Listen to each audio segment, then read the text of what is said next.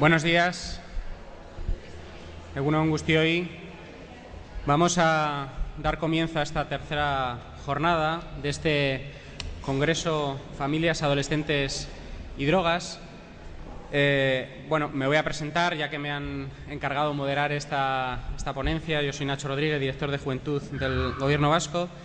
Pues para mí es un placer presentar a una persona que, como le decía ahora mismo, no necesita mucha presentación y menos en esta universidad. Se trata de Javier Elzo, conocido por todos, una persona que tiene una amplia trayectoria académica y profesional. Es catedrático emérito de Sociología en esta universidad.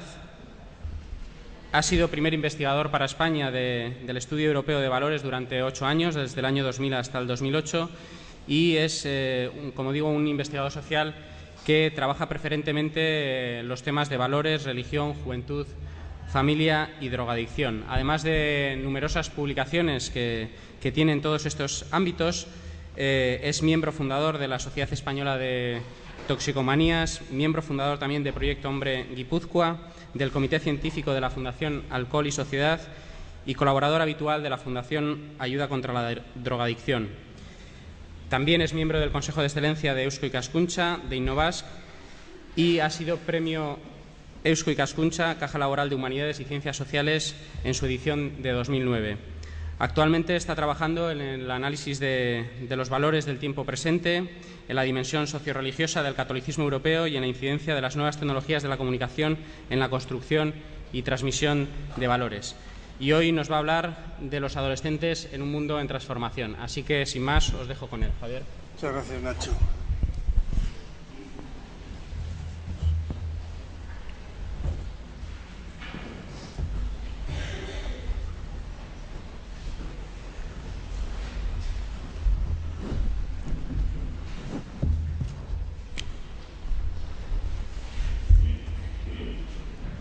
Egun on guztioi, buenos días a todos y a todos. Es un día de alegría. Si ustedes se fijan en las caras de los bilbaínos y bilbaínas, están contentas, están felices.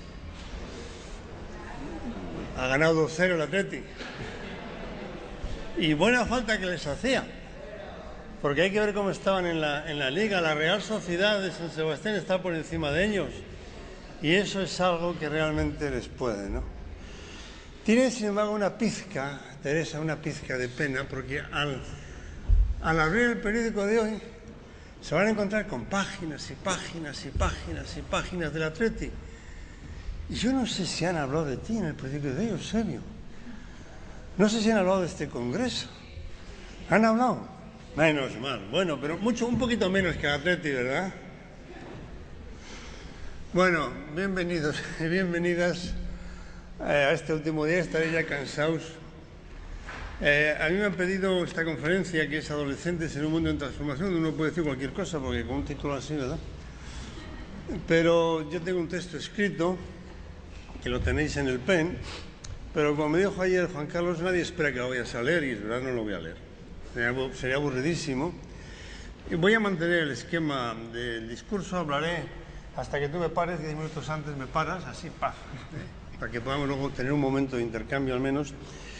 Y el guión que voy a utilizar pues es el que está en el texto, con algún cambio. Voy a hablar de la primera pregunta que planteo en mi texto: si van a vivir peor los jóvenes de hoy que sus padres, si la primera generación que va a vivir peor. Me he saltado una cosa de mi texto escrito, que es la evolución de la imagen social y de las políticas de drogas que ha habido en España en los últimos 30 años, porque he pensado que otros ya lo habrían dicho, y de hecho ayer observé algo de eso en la parte que pude escuchar, ¿no? Pero de eso no diré nada.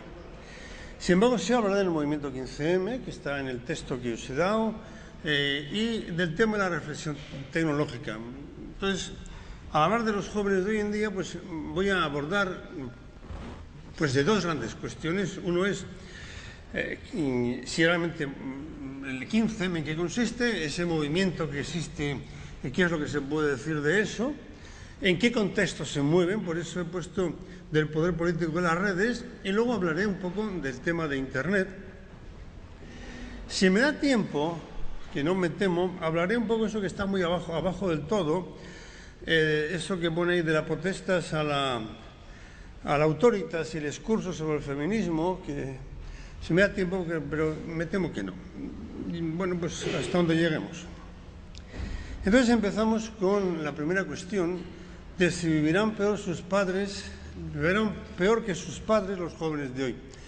Y ayer cuando montaba yo en el autobús en San Sebastián, que para los que no sois de aquí, conviene que sepáis que es una ciudad maravillosa y que está a 1 hora y que podéis coger el autobús y os lleva allí. Bueno, pues en la parada de autobús me encontré con el Le Monde Diplomatique con un título que decía Generación sin futuro, que la firma Ignacio Ramonet, que es yo creo que es algo así como el papa de esto, porque no se jubila nunca, y lleva años y años de director de esto. Y dice lo siguiente: por primera vez desde hace un siglo en Europa, las nuevas generaciones tendrán un nivel de vida inferior al de sus padres.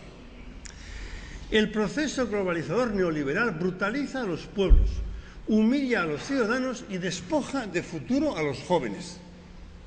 En tales circunstancias, la sumisión y el acatamiento son absurdos. En cambio, las explosiones de indignación y de protesta resultan normales y se van a multiplicar, y la violencia está subiendo. Bueno, esto decía Ignacio Ramonet en el Le Monde Diplomatique, que lo podéis encontrar y luego si queréis os lo dejo. De ahí parto yo.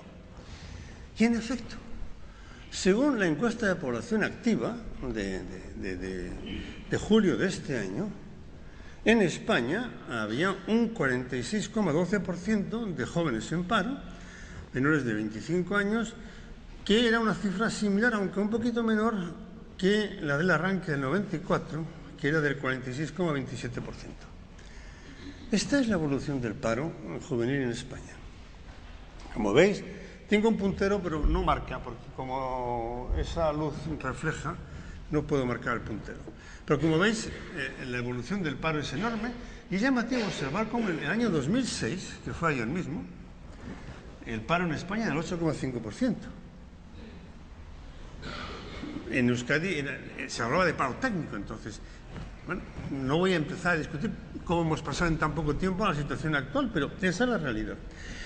La realidad es también que el paro juvenil no es el mismo en toda Europa. Aquí tenéis datos de la OCDE, del 2005 al 2010, la cifra de arriba, la más clarita, es de 2005, la más profunda de 2010. Fijaos cómo en España ha pasado del 20 números redondos al 40, en Grecia también ha subido, en Irlanda ha subido, Italia, Francia, Portugal y Gran Bretaña. Así como en Estados Unidos, mientras que ese paro ha bajado en Alemania, en Japón está prácticamente igual, en Holanda ha bajado un poco y en Suiza ha bajado también. Luego, no por todas partes las cosas han sido iguales. No digo más. Siendo estos los datos objetivos, ¿cómo lo viven los jóvenes? ¿Cómo lo perciben los jóvenes? Y aquí nos llevamos un auténtico sorpresón. ¿Cómo ven los jóvenes esta situación? Datos de jóvenes vascos de 2011. Es una encuesta magnífica, por cierto, hecha por el gobierno vasco, tanto Víctor Ruz, que no puede ser otra cosa sino buena, sobre una serie de cosas sobre la juventud, retratos de juventud. Esto se presentó en febrero del 2011. Y entre las preguntas está esta: ¿estás satisfecho con tu situación actual?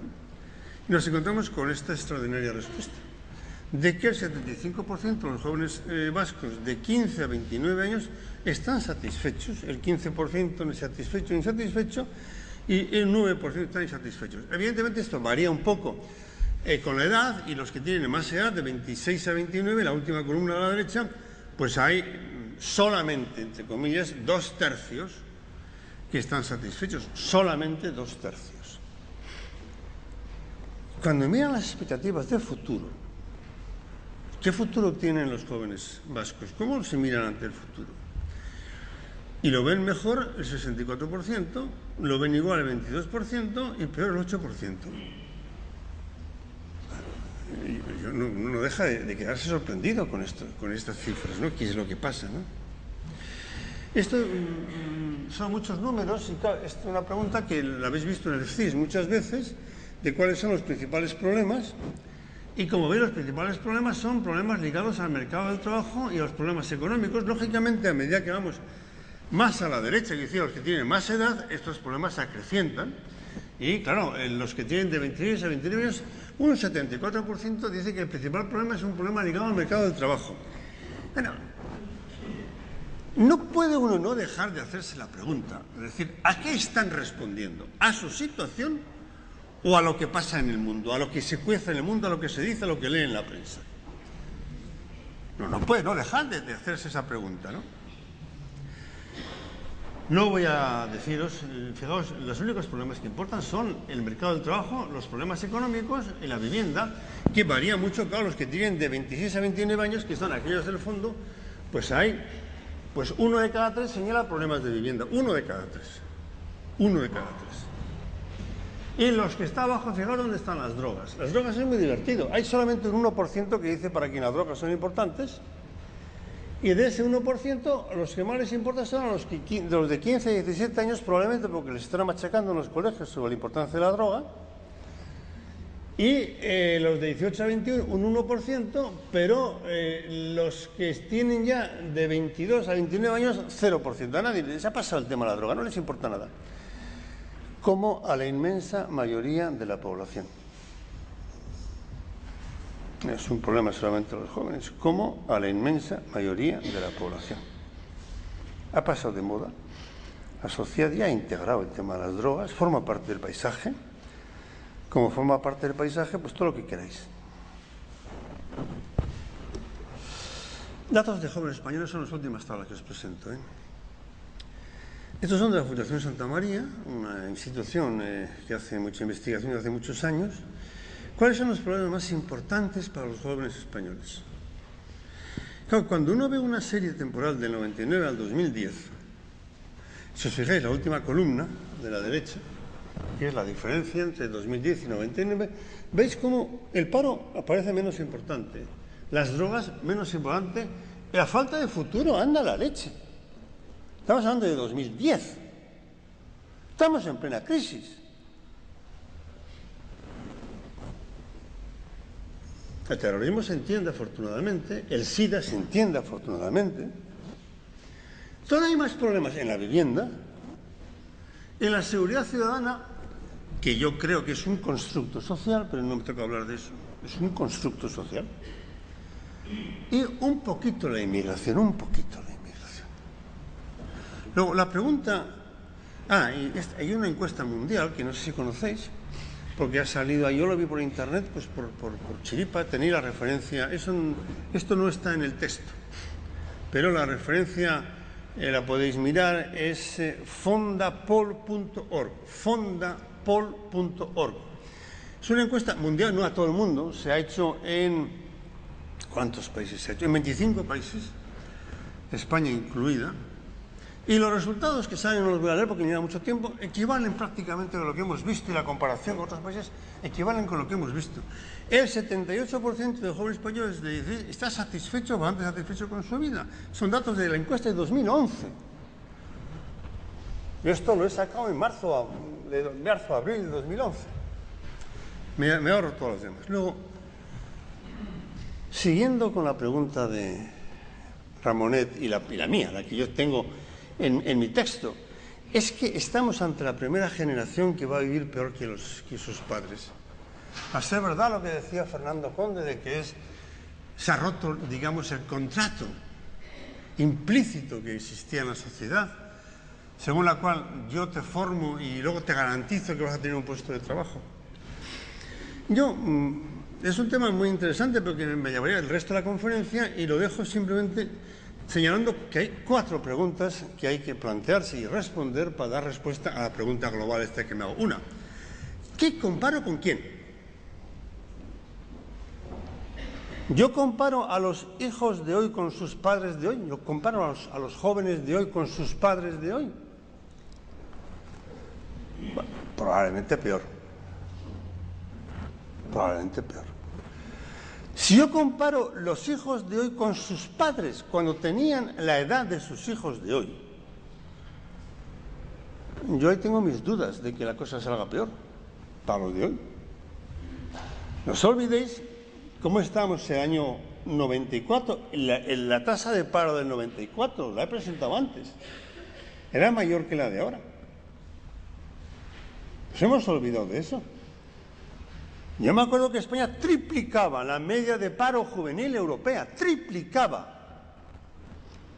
En los tiempos de Solchaga, finales de los 80, comienzos de los 90. Tercer lugar, hay que comparar si las expectativas y exigencias laborales de los padres cuando eran jóvenes son las mismas que las expectativas y exigencias laborales de los jóvenes de hoy. Cuando yo paso por esta queridísima Universidad de Deusto, en la que he estado 30 años, y observo que en el aula, digamos en el pasillo central aquí, veo que tienen un espacio dedicado a nuevos jóvenes, nuevos alumnos. Otro más allá que tienen para expectativas o actividades de los jóvenes. Digo, joder, les han colocado en el centro de las expectativas. Antes ahí estaba la sección de doctorado, la secretaría, ahora están los jóvenes. Y por último, el sistema de protección social que tienen los jóvenes hoy en día, ¿se puede comparar con el sistema de protección social que tenían sus padres? ¿Tenía mayor o menor? Luego, respondan esas preguntas y entonces veremos si es verdad que van a vivir peor o mejor. Lo que sí cabe decir es esto que os presento hoy, y con lo que terminaré esta primera parte. Estamos evidentemente instalados en una crisis de la que no sabemos cuál es el futuro. Nadie sabe nada. Es impresionante observar que no solamente los políticos, ni los expertos, nadie sabe nada. Aunque algo se puede decir, que es lo que yo diré al final. Nadie es capaz de poner fechas, nadie es capaz de decir si esto se va a acabar mañana, pasado mañana.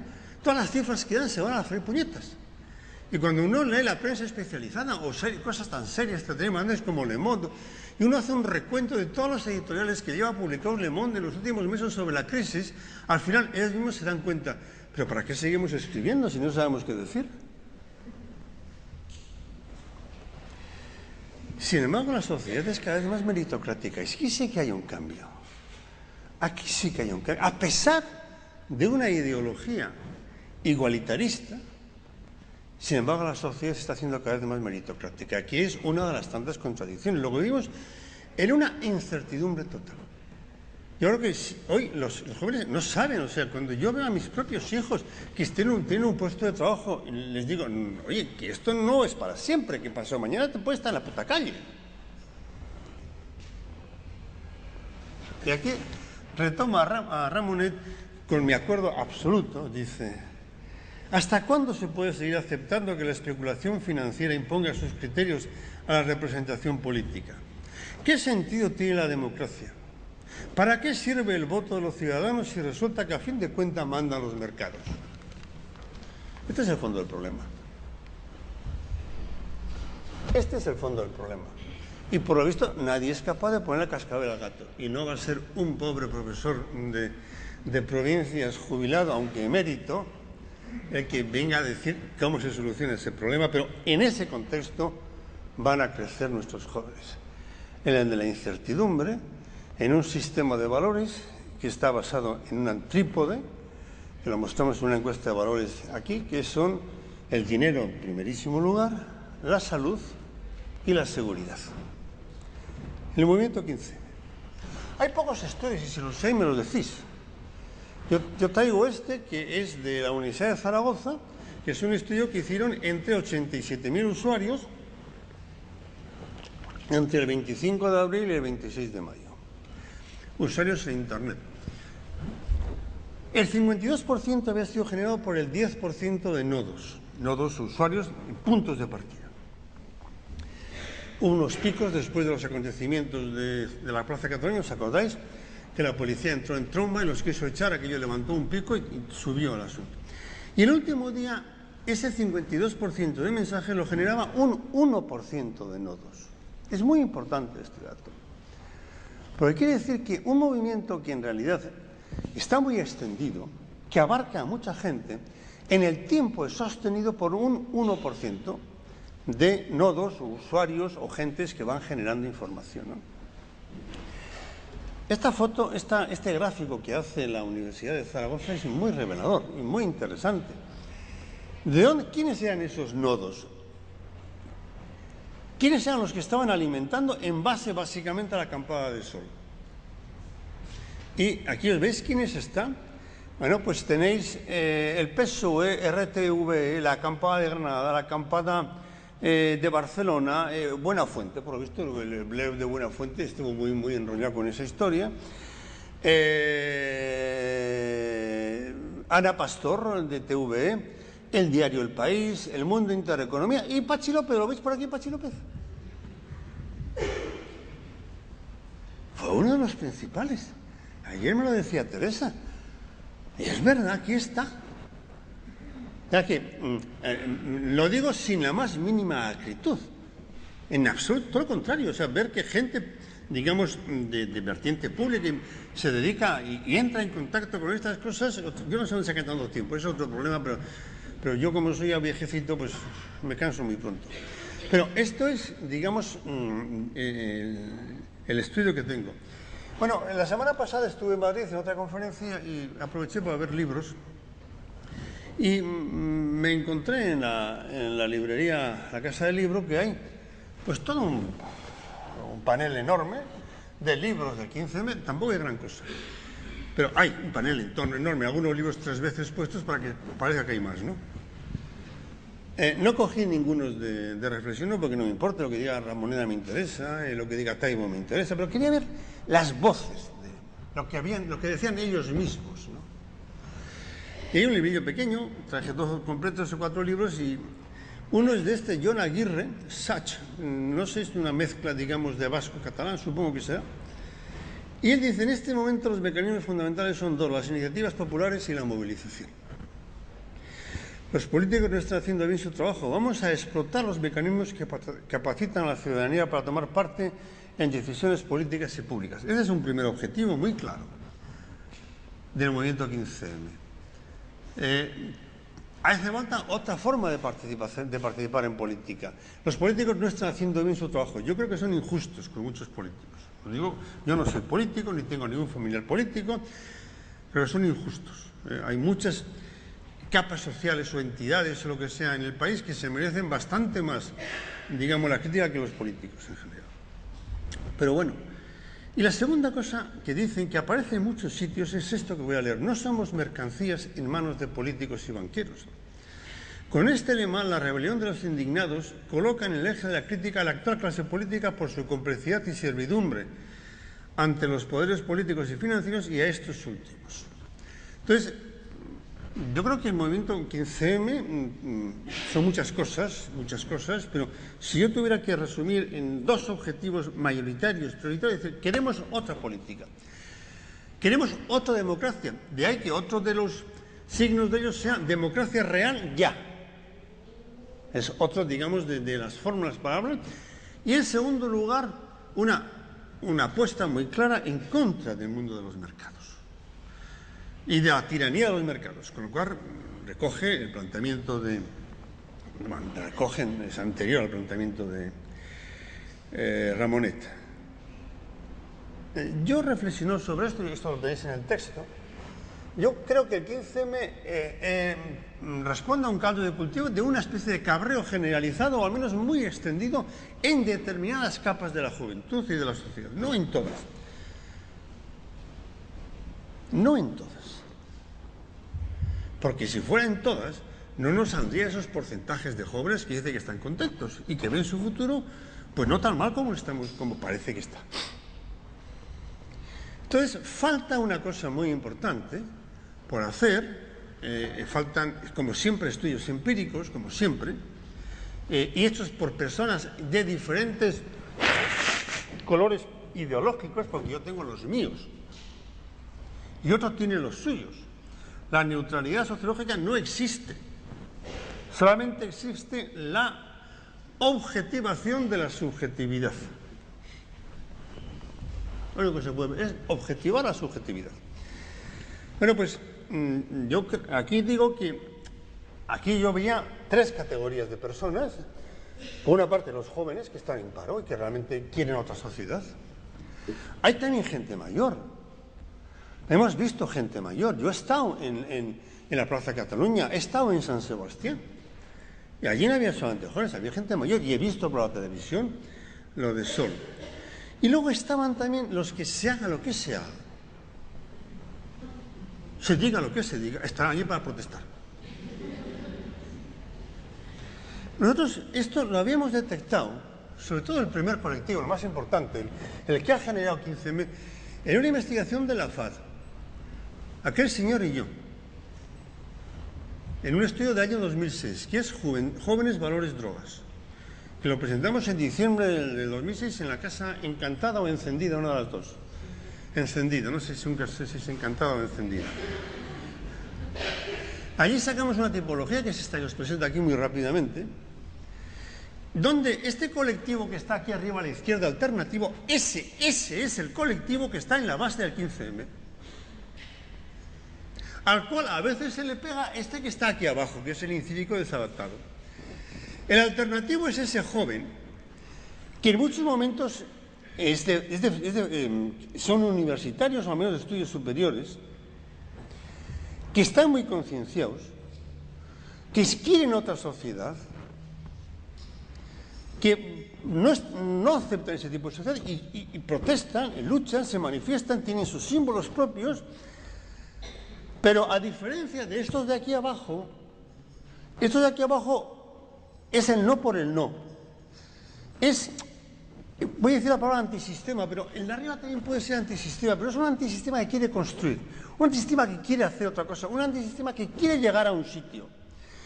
Este es un antisistema que, más que antisistema, es, mire, todo está mal, todo es una puta mierda, además no me hace ni puñetero caso, yo no tengo trabajo y además cuando trabajo me echan y tampoco se ha esforzado mayormente, ¿sabéis?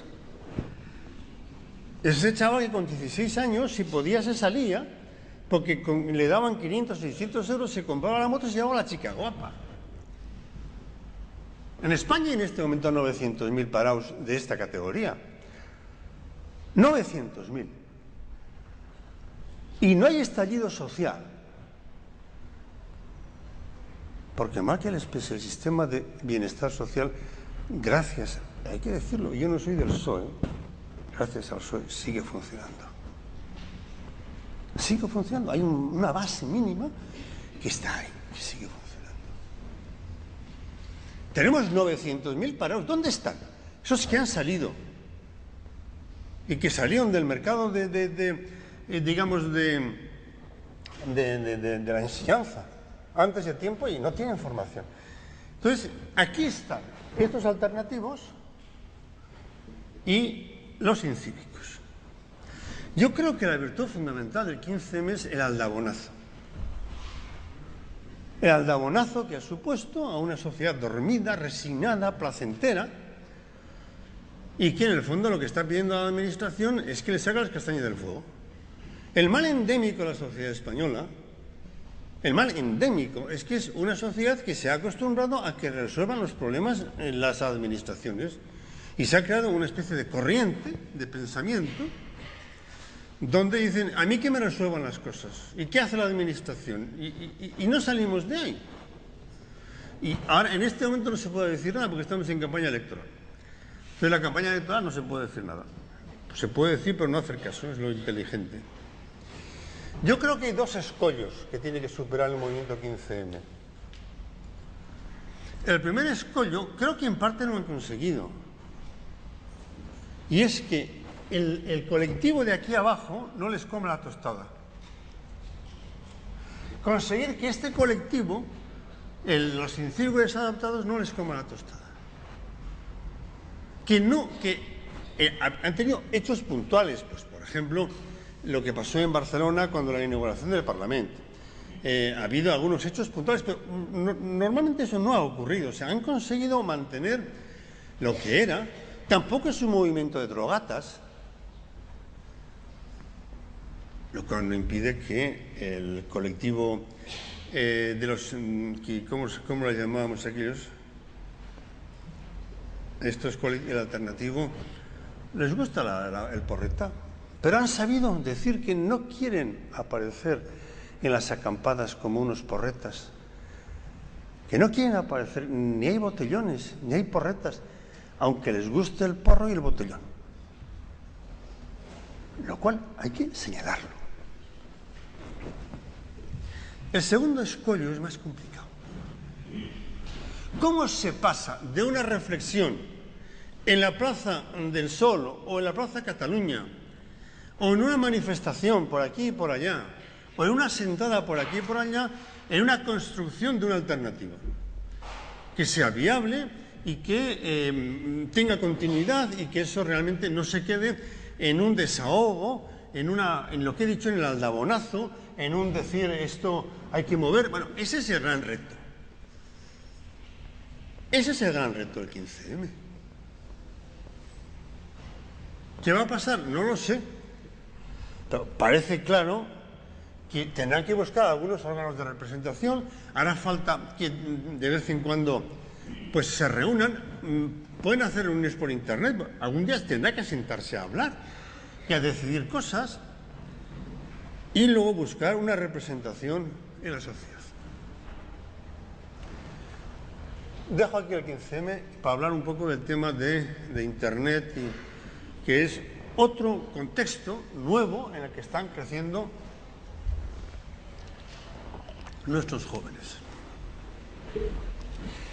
Bueno, aquí hay muchas cosas. Si tienen alma internet, es un texto que podéis leer, un libro que a mí me gustó, pero menos conectados. Viene a decir que las redes son como estructuras vivas, como una colonia de hormigas que se mueven, que tienen vida propia. Es un poco la conciencia colectiva de Durkheim, pero dicho en modo de redes.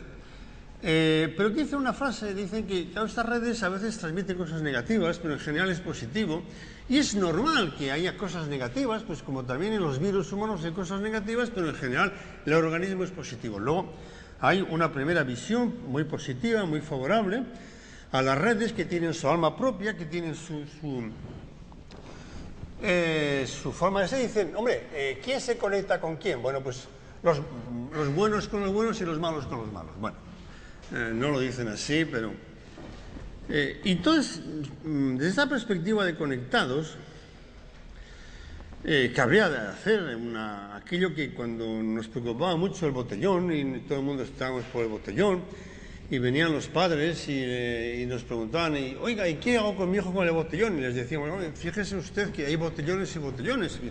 Preocúpese usted de con qué amigos anda sus hijos, porque según con quienes ande, pues tendrán un tipo de botellón u otro. Bueno, pues aquí los que sostienen este colectivo decían, hombre, esto de las redes pues depende con quién se conecte, es cuestión de saber con quién se conecta, y si se conecta con gente altruista, pues tendrán, y es verdad. Yo sostengo la tesis del archipiélago cuando hablo de internet. Pero paso muy rápido por esto, porque quiero reflexionar sobre este señor cuyo libro, aunque es un poco premioso y es demasiado largo, le sobran 150 páginas como poco, pero bueno, presenta una disyuntiva que me parece muy importante. Tenéis esto en el texto. Nicolás Carr es un señor que ha escrito varias cosas sobre temas de internet, y ya en la parte casi final del libro, en la página, cuenta cómo escribió este libro. No lo dice al prólogo, sino el libro muy avanzado. Me dice, yo me mudé de Boston a la montaña, vivía en Boston con su mujer, y sin cobertura de móvil y con una DSL cutre, cancelo el Twitter, pongo Facebook entre paréntesis, apago el lector RSS, caduco Skype, el email lo tengo cerrado casi todo el día, y traspasar el mono, porque claro, esto es un mono, tienes que estar todo el tiempo conectado, y el correo electrónico, y me habrá llegado, no me habrá llegado, en fin, eso me pasa también a mí, o sea, ¿qué me habrá pasado hoy? Y ya intento salirme de eso, ¿no? Y dice, tras pasar el mono me siento más tranquilo y centrado en mis pensamientos como un ser humano. Escribe su libro, termina su libro, lo pone a la imprenta y dice esto, ya estoy recayendo. He vuelto a mantener funcionando el email todo el tiempo y restablecido el RSS. Vuelvo a redes sociales y publico nuevas entradas en el blog. Compro un Blu-ray con wifi, me bajo música de Pandora, películas de Netflix, vídeos de YouTube y es genial. no estoy seguro de poder vivir sin él. Entonces hay 3 tesis, en realidad son 2. La tercera es mía, que vale lo que vale, porque yo no dejo de ser un sociólogo de provincias. Y él dice que hay 2 tesis en presencia, la tesis instrumentalista y la tesis determinista. La tesis instrumentalista vendría a decir que en el fondo estos instrumentos de Internet son neutros como tal, son instancias, digamos, tecnológicas neutras, son instrumentos de los que nos servimos nosotros los humanos y que están subordinados a nuestros deseos. Y somos nosotros, en última instancia, los que ponemos los fines y somos nosotros los que decidimos qué se va a hacer con estos instrumentos. Y el ejemplo que se pone es el correo electrónico. El correo electrónico es un instrumento magnífico con el cual nos comunicamos de la manera más rápida posible, y ha sido una ventaja respecto del fax, ha sido una ventaja respecto del correo postal, y no, es un instrumento técnico, es instrumental, no tiene valor en sí, eso depende de nosotros. El autor, sin embargo, Nicholas Carr, se inclina más por la tesis determinista. Quiere decir, no. Los instrumentos no solamente son canales de información, sino que moldean nuestra capacidad de entender las cosas. Dedica un capítulo larguísimo a hablar sobre la influencia que tiene esta forma de aprender y de aprender la realidad en el cerebro. Y presenta muchos datos que yo no reproduzco porque escapan a mi nivel de conocimientos, sobre hasta qué punto esta forma de aprender está entrando en el funcionamiento de nuestro propio cerebro. Entonces yo creo que hay una asignatura pendiente, al menos en mi vida personal, pero ya con la edad que tengo, no sé si algún día saldré de conseguir enterarme, que es la biotecnología. Es un tema clave, que me parece muy importante, a ver hasta qué punto es verdad. Entonces, este sostiene que recibimos infinidad de informaciones de forma casi instantánea de fuentes que a menudo no controlamos. Informaciones que no sabemos ni podemos priorizar, de tal suerte que más información puede significar menos conocimiento. La tesis de Carr es que nosotros programamos nuestros ordenadores y después los ordenadores nos programan a nosotros. Un servidor dije, hombre, hay una fórmula intermedia que ni es instrumentalista, los humanos dominamos a las máquinas, ni es determinista, las máquinas. Digo, hombre, el coche, la televisión, el móvil condicionan nuestras vidas, pero no todos lo hacemos de la misma manera. Yo sostenía en un congreso en San Sebastián en mayo del año pasado que era sobre estas cosas de tecnología, conocimiento virtual y este tipo de cosas. Y yo dice que, mire usted, la persona es anterior al medio. Luego, lo que importa es la persona. O sea, lo que importa es que formemos bien a las personas, que las personas... y entonces esas personas bien formadas serán las que serán capaces de controlar el medio. Claro, esa tesis nos tranquiliza. A mí me tranquilizaba, pero he de confesaros que ahora yo no soy tan tranquilo. He de confesaros mi perplejidad y mi duda. Yo no sé hasta qué punto podemos llegar a controlar tanto como pensamos que podemos controlar. Tengo dudas, no digo nada más que eso. Por eso tú has dicho que me estoy preocupado por cómo, las cosas que me preocupan es cómo está influenciando las nuevas tecnologías en nuestra forma de percibir las cosas, en nuestra forma de aprender, en nuestro propio cerebro, en nuestro posicionamiento. O sea, bueno, pues tengo dudas. Es evidente que quien tiene más formación tendrá más capacidades de eso, siempre ha sido así. Pero la ola esta de la aceleración, de la velocidad, de la instantaneidad, de la respuesta inmediata, del tener que decir que sí a las cosas de una manera muy rápida, a esta multiplicación impresionante de informaciones, tú abres Internet y quieres saber algo, y es que cada día es un bombardeo de cosas. ¿Cómo consigo controlar yo mi mente? Esto no quiero, esto sí quiero, esto me interesa. En ese mundo tienen que jugar nuestros jóvenes, Porque yo, con casi 70 años, puedo decir, bye, yo a oír mis conciertos a beber mis vinos y a procurar no engordar mucho, solamente para poder sentarme bien en las butacas y bueno, y no andar ahí, no, bueno. Pero yo cuando veo mis hijos, pues que ya cuando llegamos a cierta edad pensamos en los hijos y no en general, digo, ¿y estos cómo van a hacer? ¿Y cómo consiguen? Yo veo los ritmos de vida que llevan, es una locura. Voy a leer un texto de un chileno. No sé si hay algún chileno en la sala. Y si conoce a Guillermo Cullell, director general de medios regionales del Grupo El Mercurio de Chile. Yo no le conozco. Pero leí una reflexión, una entrevista que le hicieron a él en El País, ahí tenéis la fecha del 11 de marzo, y le preguntaba, toda esta serie de flujos acelerados, ¿estará familiarizado el lector con esa manera de recibir información? Le preguntaba. ¿Podrá el lector seguir esa forma de recibir información? Y contesta. Si pensamos en el lector de prensa, seguro que éste no entiende nada. Nuestra audiencia es la de Facebook, Twitter y YouTube. Todos los ríos llevan al mar, pero ahora estamos en una realidad en la que el mar alimenta los ríos. Pensar en esto, el mar alimenta los ríos. Un mar de información, de datos, de expresiones en un río muy angosto y a una velocidad muy acelerada. El mar es eso que abrimos en la pantalla del ordenador. Los ríos somos nosotros.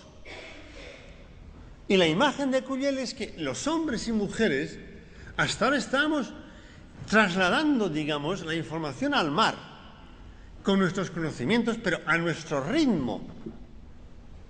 Hoy no. Hoy ese mar es tan gigantesco.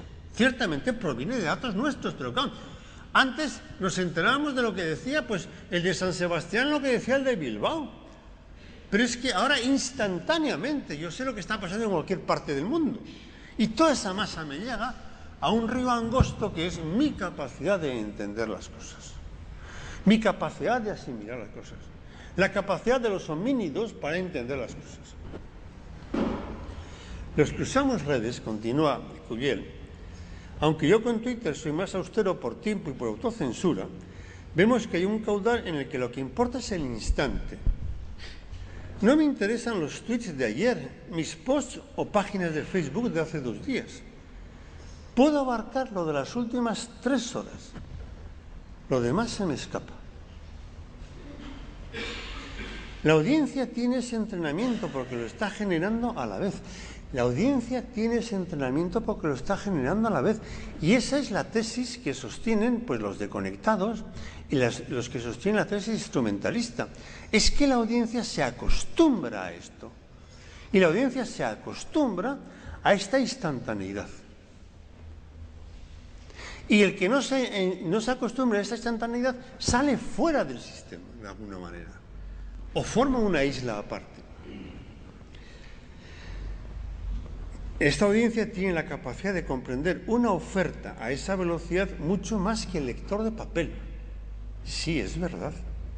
Ellos nos están configurando a nosotros y nosotros a ellos, con lo cual, gran pregunta. ¿Y nuestros jóvenes van a responder a esta forma de aprender la realidad instantánea entre lo que cuenta y lo que pasó ayer? ¿Qué ayer? Hace 3 horas. ¿Dónde queda la distancia entre la información y la reflexión?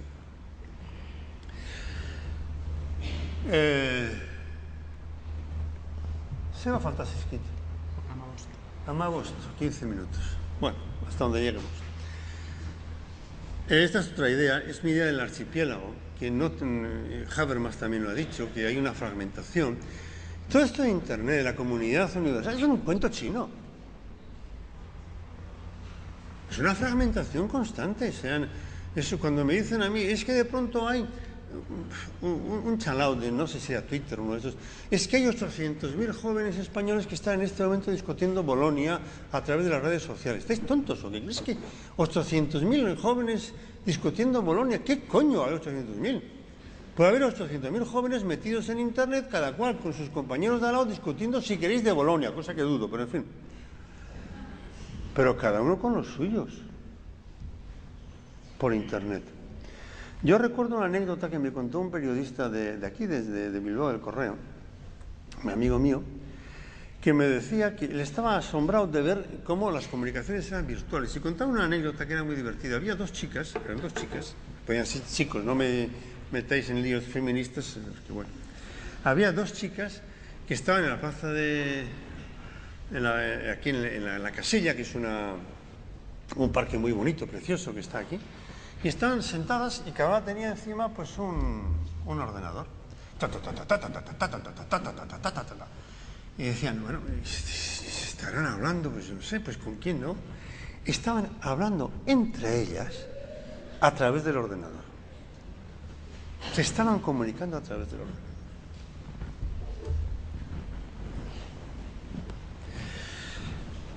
Quería hablar del poder político de las redes, porque es que no puede ser,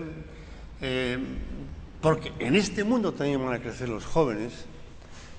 Yo no conozco muchos estudios, pero conozco este que hizo Le Monde y se publicó. Tengo la fecha, además, por algún lado. ¿No he puesto la fecha? Lo tendréis en el texto. Eso está en el texto. Pero fue en junio, julio del 2011. Esta es la blogosfera política los diferentes colores os indican la capacidad de penetración que tienen las diferentes, llamémoslo así, sensibilidades políticas, medido por un sistema que si cogéis el Le Monde de ese día, y lo pagáis, claro, porque hay que pagar. Yo soy de los que creo que hay que pagar los periódicos. Bueno, pues estos ven un poco la evolución de 2007, 2009, 2011, me ahorro. Y voy a esto que yo hice esta tablita que sale muy claramente.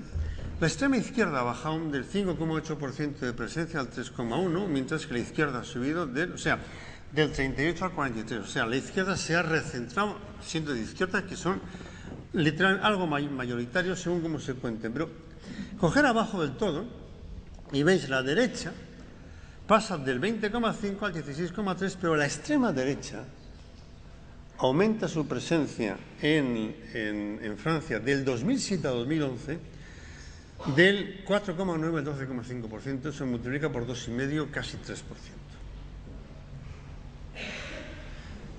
Bueno, con esto se van a encontrar también nuestros jóvenes.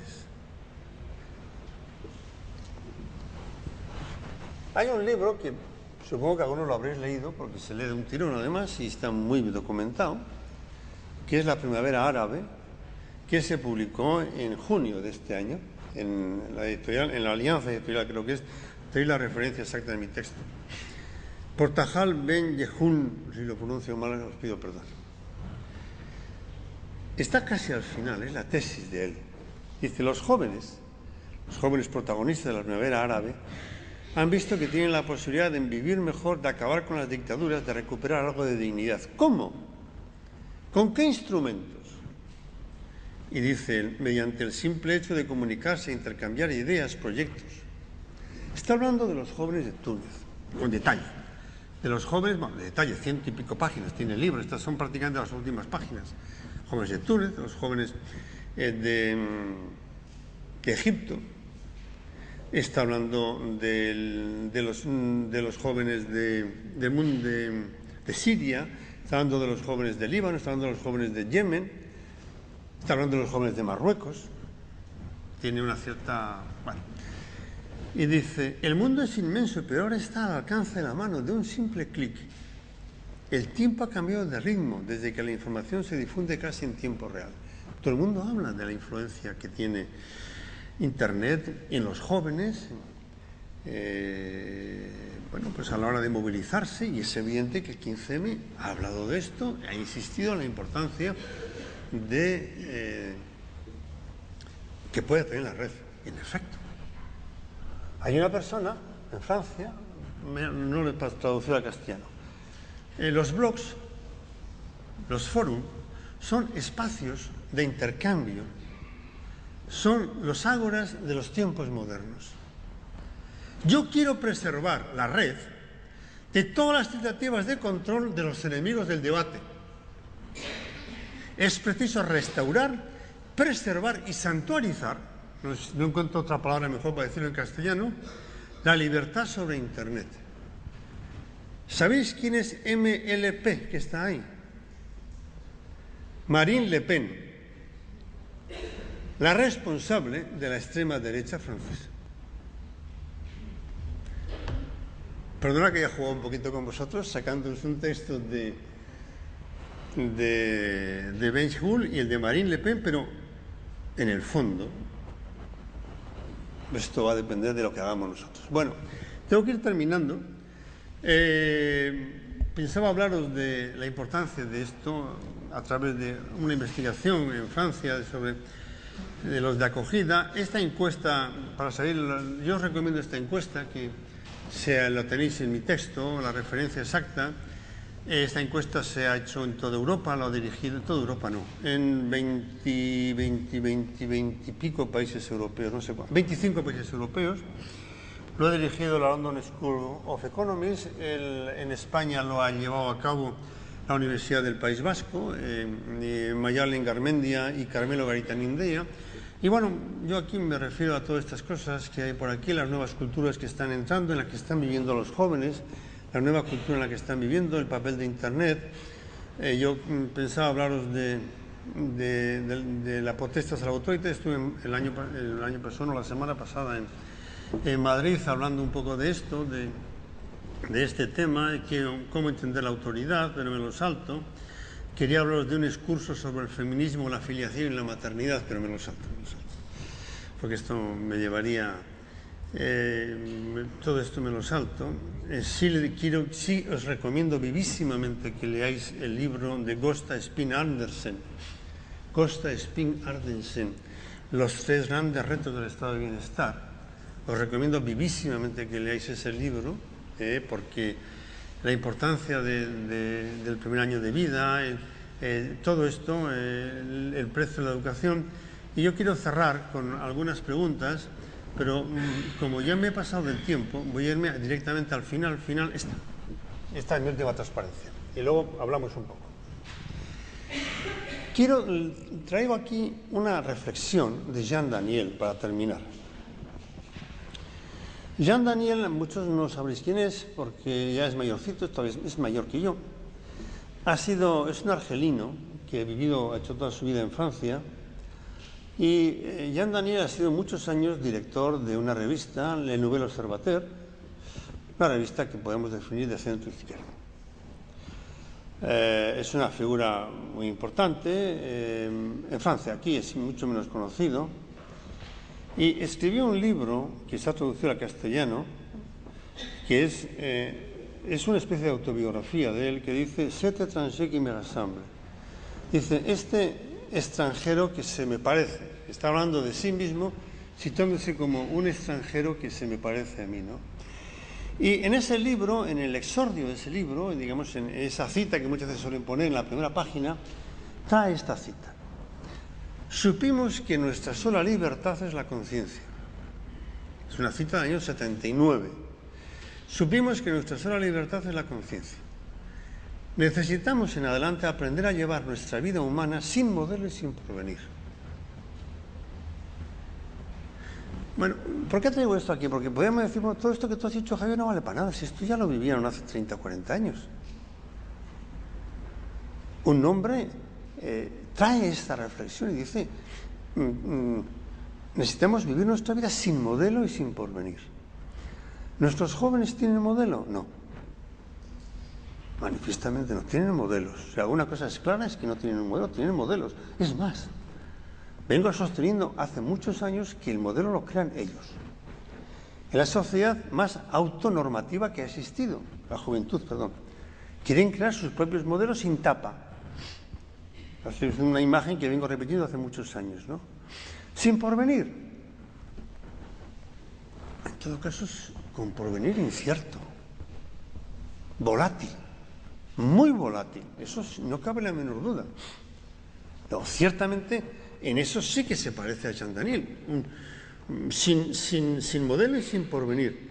Pero Jean Daniel decía una cosa: supimos que nuestra libertad es la conciencia. Y yo ahí tengo mis dudas.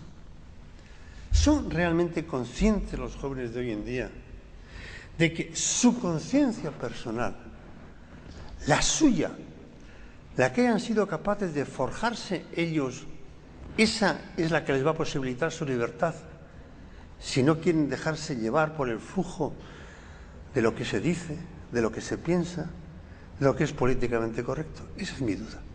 Eskerrik asko.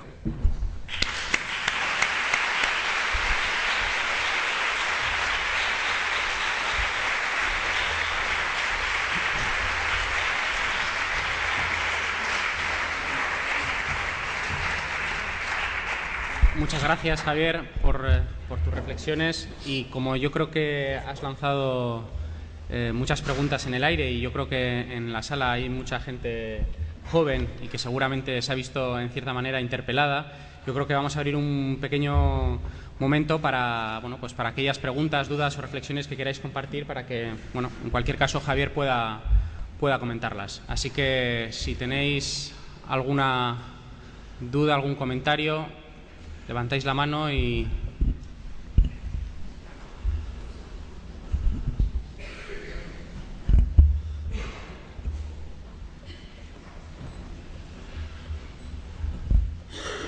Yo creo que os he dormido todos. No, creo que por allí al fondo, no sé si hay alguna pregunta. Bueno, si no hay ninguna pregunta, a mí sí me gustaría animar un poco también a muchas de las personas que hay aquí, y como joven que soy,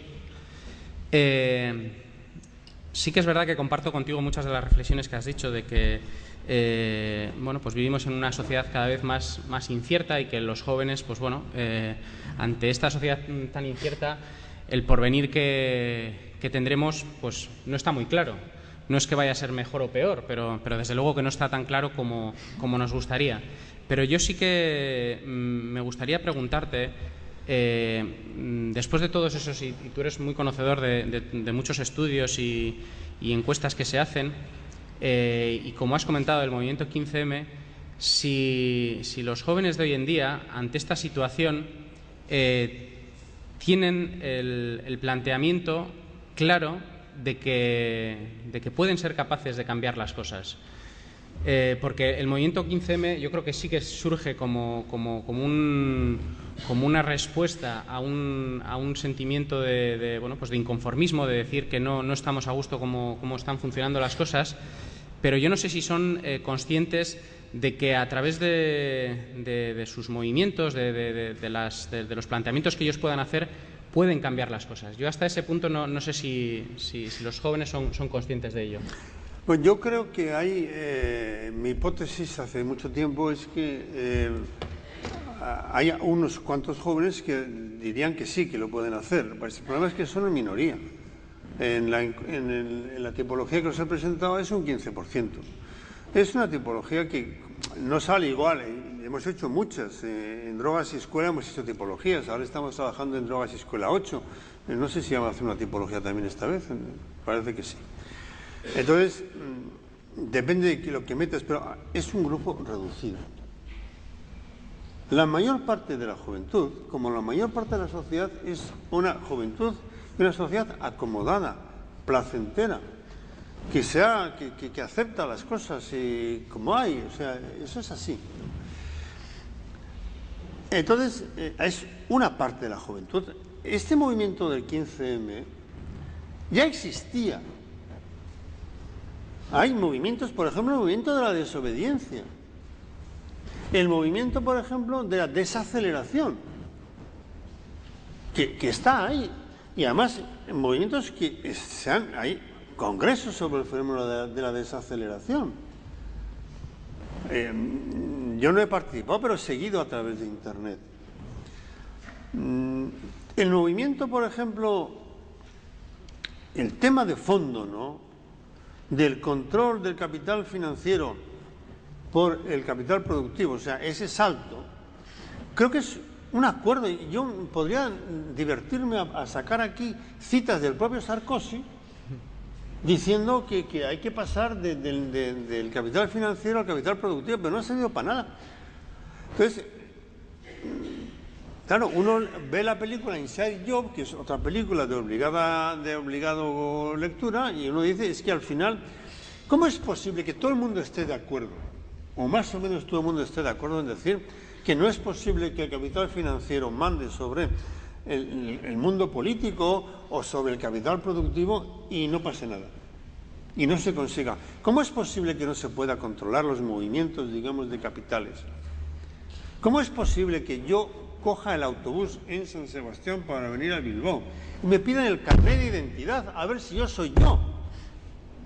Y sin embargo hay un señor que de pronto toca una tecla y mueve 100 millones de dólares de un sitio para otro. Oiga, ¿y usted por qué se mueve estos 100 millones de dólares? ¿Pero a santo de qué? ¿Por qué no se puede controlar eso? Pues no hay más que una explicación lógica que se me ocurre. Y es que los controladores no quieren que se controle porque no están ganando con esa ausencia de control. No veo otra explicación. Si ustedes tienen otra, díganmela.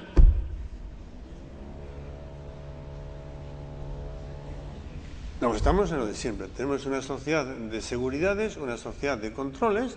El problema es quién controla a los controladores. Es muy viejo esto, ¿eh? Lean Outsiders, por ejemplo, de Becker, hace mucho tiempo, hablando precisamente de la marihuana. Entonces, esa es para mí uno de mis dudas. Entonces, si Obama no puede o no le queda más remedio que hacer lo que hace. Se ha colocado a ministro de Finanzas, a Bernanke, que fue de una de las empresas que estaban detrás de las famosas empresas de rating. ¿Qué hace? Sí, hay que cerrar, ¿verdad? Bueno, perdonar. Sí que es verdad que muchas de las reflexiones darían para más tiempo y no tenemos porque hay que seguir. Pero confiemos en ese 15% y además confiemos y además apoyémoslo. Eso es, sí, hay que ser siempre optimistas. Sabiendo, no, hay que ser realista, sabiendo que a veces meterán la pata. Y también metemos los mayores, ¿eh? Hala, acabamos. Bueno, pues dando las gracias a Javier, continuamos con el programa.